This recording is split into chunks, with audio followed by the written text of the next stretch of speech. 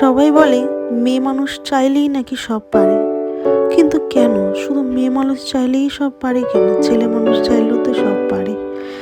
মেয়েদের ওপরই এত দায়িত্বর ভার কেন?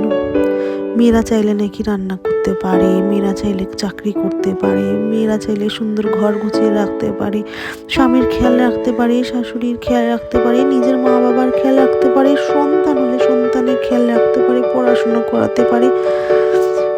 ভাবুন তো, একটা মেয়ে কত কি করে জীবনে।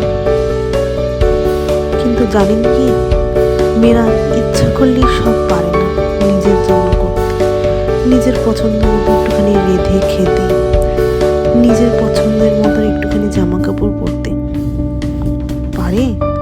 সব সময় পারে না, এক এক সময় হয়ে ওঠে।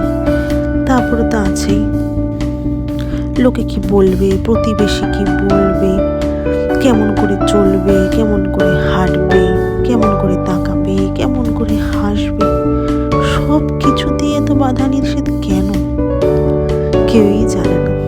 এই যে যেমন ইচ্ছা হলে নিজে যদি একা কিছু খেতে ইচ্ছা করে সেটা খেতে ইচ্ছা পারবে না, 10 জনের 10 মত, তারপরে যে নিজের মতটা যে কখন হারিয়ে যায় কোথায় কেউ বলতে পারে না। চাইলেই কি আপনি খেতে পারবেন? আপনার এখন যদি একটুখানি চাউমিন খেতে ইচ্ছা করে সেখানেও ভাগ বসে, আগে কে কেমন খাবে সেটার গুরুত্বটাই বেশি।